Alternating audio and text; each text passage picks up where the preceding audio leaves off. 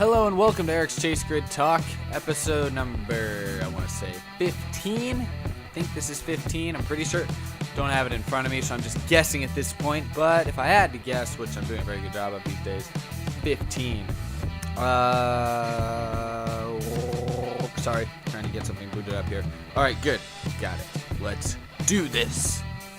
Today it's Monday, October 27th. I'm reviewing the 26th race. 26th race. Oh my goodness, this is going to be a long episode, guys. I'm reviewing the 7th race of the Chase, Martinsville, which occurred just yesterday on Sunday. And it was an eventful race. People like to look at Talladega and Martinsville as being the two biggest wild cards of the Chase. Talladega was a pretty decent wild card, knocked a couple guys out of the Chase and brought a couple others into it. Martinsville is a pretty decent wild card as well, as once again, for the second round in a row, we see a couple Chase favorites take big hits in the first race of the round. At Kansas, the beginning of the last round of the Chase, we saw guys like Brad Keselowski, Jimmy Johnson, and Dale Jr. all take big hits. This round, the first race here at Martinsville, we saw guys like Brad Keselowski again, and then Kevin Harvick take big hits. And also, the other big headline, I guess I should have maybe started with this because I know this is what a lot of you fans care about, is that Dale Earnhardt Jr. won the race, his first win since Pocono way back whenever that was. And it's ironic and very bittersweet for Junior fans because everyone likes to say that it just came 1 week too late because obviously last Sunday at Talladega he got eliminated from the Chase. This week obviously got the win, so it's disappointing and unfortunate timing. But Junior fans, of course, still happy that he got the win. I mean, I'll be honest, I'm not gonna. I was reading again. I was looking on videos and chat thingies, and I saw people's comments about how Junior should still be in the Chase. Junior's better than all those guys. And I saw people's comments that said things like, I still don't see how Junior has 4 wins, but other guys have 1 win or 0 wins, and they're still in the Chase. And I listen to all these people, and I think they're fools. Because, I mean, let's keep in mind that Junior had 3 crappy races in a row last round. That kind of basically, he eliminated himself, guys. I'm sorry. I mean, yeah, the incident at Kansas was kind of not really his fault. It was kind of just bad luck. But then they went out and just ran bad at Charlotte, and then they went out and wrecked themselves at Talladega. So, I mean, I feel bad for Junior fans and stuff, but let's be realistic, guys. He wasn't the guy that should have been disappointed last weekend at Talladega. Kyle Busch is still the guy that I felt like should have been the most frustrated because I felt like he did deserve to move on after the chase he'd been having. That's last week. I'm not going to talk about last week. I'm talking about this week. Martinsville. Stuff happened. The biggest headline, like I said, one of the biggest, which is, of course, is Dale Jr. winning the race. Everyone loves that. Jeff Gordon led the most laps and looked to be possibly established himself as the championship favorite. He finished second in the race. Other chasers, let's see. Ryan Newman came home a strong third place to continue his string of consistent runs that he's been doing. So he's very good chance he could point himself back into the final round again, as he's been doing pretty much all year long. Fifth place finisher was Joey Logano, another chaser who's been a pretty good favorite. So a good start for him. Matt Kenseth, another chaser, finished 6th. Still doesn't have a win this year, but another top 10. A 6th place finish for Kenseth should be a good boost, as those 4 that I just mentioned, Gordon, Newman, Logano, and Kenseth, currently make up the 4 that would be advancing to the next round. The 4 drivers that are currently on the outside looking in are Denny Hamlin, who finished in the 8th position, and I'll be honest, I mean, Hamlin, yeah, he finished 8th, and it's tough because that's a pretty good finish, but he is on the outside looking in right now just because those other guys had strong finishes. He's only 2 points behind Kenseth, though, so he's definitely right there on the bubble.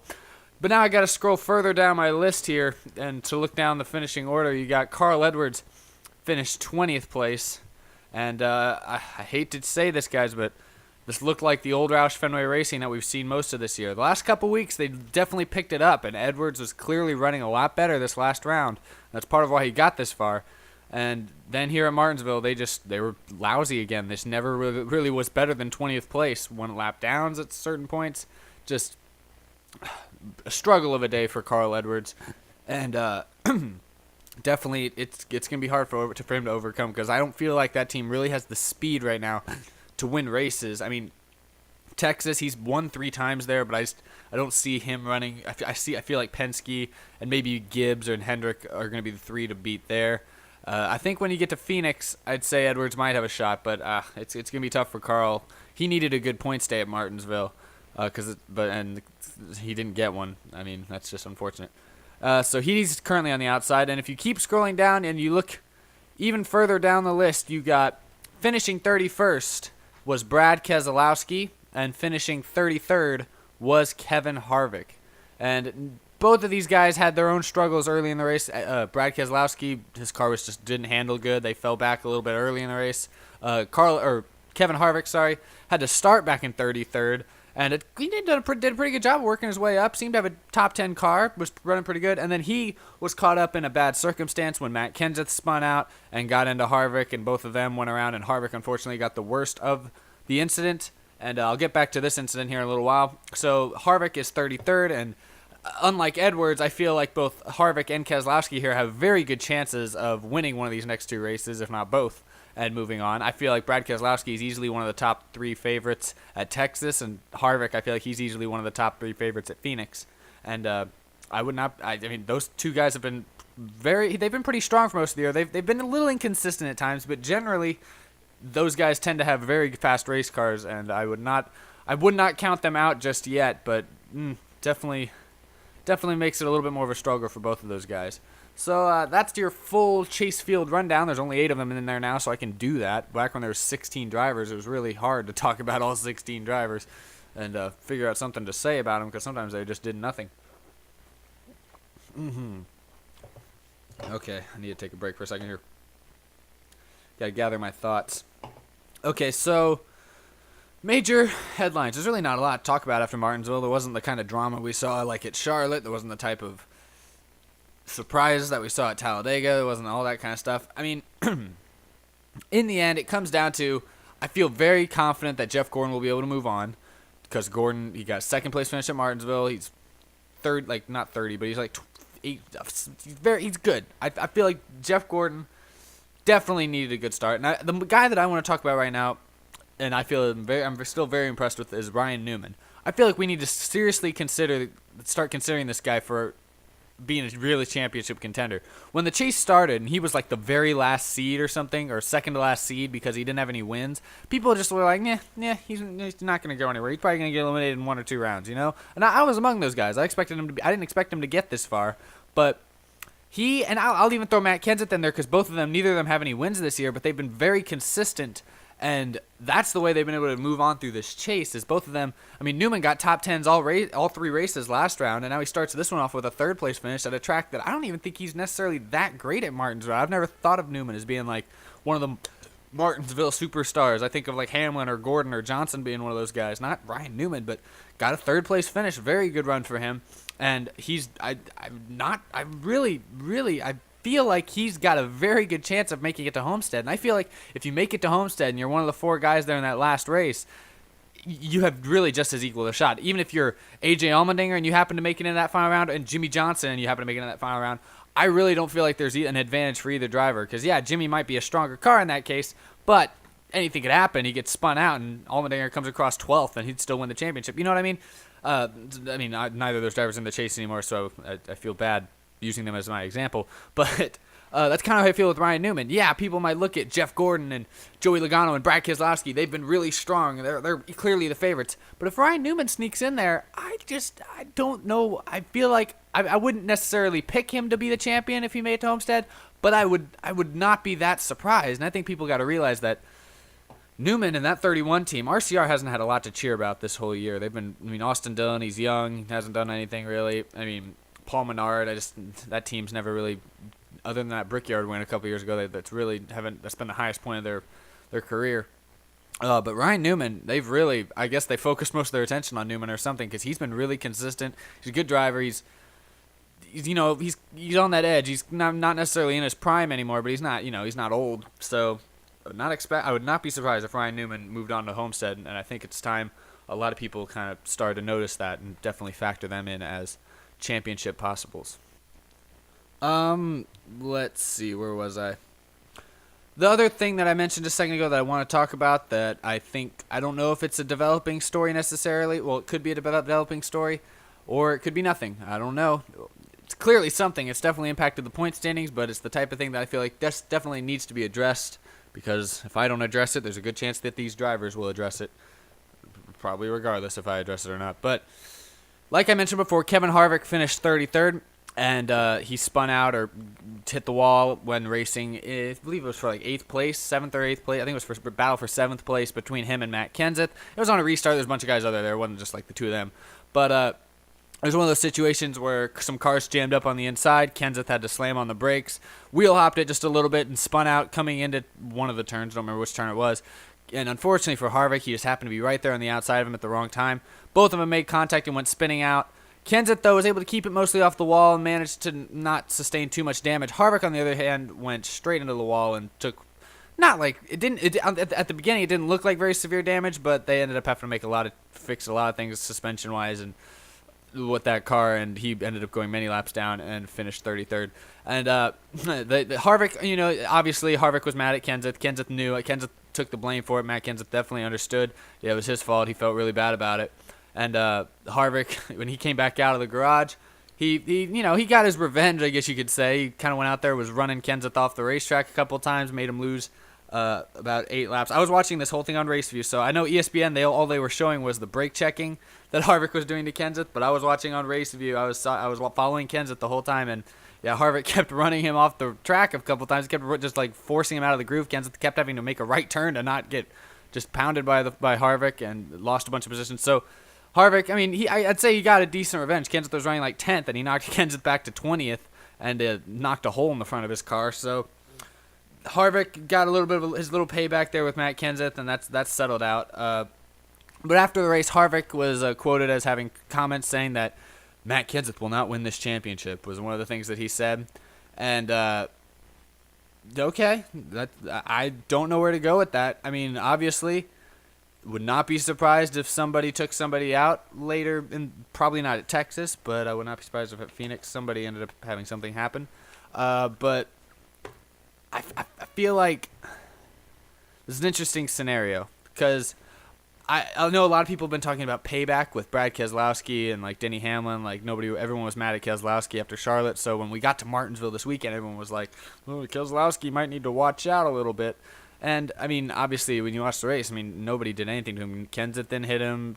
Hamlin didn't hit him. Stewart didn't hit him. Nobody did anything. So when it comes down to the chase, I wonder. I don't know Harvick very well. I know Harvick's kind of psychotic, but I don't know Harvick well enough to know if he's actually going to do something and take out Matt Kenseth, because it's a tough one, because Kenseth, they did a good job. They bounced back and got a 6th place finish out of it. So yeah, Kenseth can apologize all he wants for accidentally wrecking Harvick, but Harvick's gonna sit there and be like, hey, we finished 33rd and we're basically on the outside. Look, we have a very slim chance of advancing now, whereas you're sitting there in 6th place. You have a pretty decent shot of advancing. That's how Harvick's looking at it. So I don't know what goes on through his head. I don't know how Kevin Harvick's going to react to this. I don't think any payback's going to be dealt at Texas Motor Speedway, where you're going at 205 miles an hour into the corners. But at Phoenix, we've seen payback. I remember, what was it? I remember it was Matt Kenseth a few years ago. Or, of course, the best example would be between Jeff Gordon and Clint Bowyer 2 years ago. Don't let me get started on that incident again, when obviously, if you remember, Gordon and Bowyer kind of had a feud going back kind of mostly the whole year, honestly. And after Bowyer made a little bit of contact with Gordon at Phoenix in the same race 2 years ago, Gordon basically just destroyed his car and took him out completely. And that was kind of a little bit of a brouhaha back then. So I don't know. I'd say Harvick. I feel like Harvick's level-headed. I feel like Kenseth's level-headed. Neither of them are going to, try to escalate this too much, but when it gets down to this chase making it to that final round and whatnot, I don't know. We saw how crazy things got at Charlotte. I would not be necessarily too surprised if Matt Kenseth got wrecked. I don't think Harvick's gonna wreck anyone. I'll be honest. I don't think Kevin Harvick's gonna run out and just wreck anyone. For any reason. He's not gonna just intentionally go force Kenseth into the wall for 2 reasons. One, because that would be risky. Harvick's still in this championship. With this new chase format, Harvick, he just needs to win one of these next 2 races, and he'll be good. He doesn't want to wreck his car, obviously. But if the situation arises, he might give Kenseth a nudge and might, spin him out a little bit. I don't know. I'll be interested to see. And I know, obviously, fans from either side. If the Harvick fans probably want Harvick to flip Kenseth over and make him rue the day he spun out. And I'll bet Kenseth fans are probably sitting there. I mean, me as a Kenseth fan, I'm sitting here thinking that Harvick probably shouldn't retaliate too harshly. I mean, he kind of did at Martinsville. Did you see Kenseth's car at the end of the race at Martinsville? Yeah, 90% of those bumps and bangs were from Harvick running him off the road midway through the race. So, understand Harvick's frustration. Understand why Kenseth was disappointed, but at the same time, it's definitely it's a story to follow as we head into these final two races of this round, and even past this round. Let's say Harvick doesn't move on, but Kenseth does. At Homestead, could we see anything? That I don't think so, but you never know. It'll be interesting to see how that plays out. That's basically the end of my show. There's not a lot else to talk about. I could answer questions, but I usually save that for Thursdays. And what are we at? Like 15 minutes, 60 minutes? Yeah, we're okay. This is a good stopping point. So thank you all for listening. Let's see. Oh, I didn't do my announcements or like my plugs like I usually do at the beginning. And today's actually kind of important. Let's see. If you haven't seen it already, last Thursday I believe it was, I uploaded the Dudley Cup Series Race 7 from Talladega. If you haven't seen that, it should be good. I'm setting up for the finale, and it should be a really good finale. It'll be at Homestead. There's going to be some cool stuff. I think it's going to be a really good race, and I'm planning on making it one of the best Dudley Cup Series races I think ever. I don't know. I'm hoping. I'm not saying that it's going to be like really gimmicky or anything, but I think it'll just, in terms of the race itself, I feel like it'll be pretty good. So I'm starting to work on that. The video, I will be uploading a video. Actually, I think I'm uploading it tonight, actually. What's today? Yeah, Monday, 27th. It is a Halloween special video. I've been kind of teasing it or talking about it last couple weeks on these videos, but I will be making, this is like, it's a live action video. It's like 9 minutes long that I made with some of my friends. And I hope you enjoy that tonight. Like I said, I don't make these live action videos too much anymore, but hopefully you enjoy it and don't hate on my acting skills too much. I'm not used to being in front of a camera anymore. These days I just take pictures and talk behind a microphone. That's kind of just what I do. So I'm not used to having a camera in my face and actually having to act emotional about stuff on camera. So hope you guys will pay attention to that. And if you haven't already, please subscribe. Most of you probably have. And I guess I'll see you guys on Thursday, I believe. I'll leave your questions and or comments below. I'll answer some more questions on Thursday, and we'll get ready for Texas on Sunday. That's the end of today's show. I'll see you guys later. Goodbye.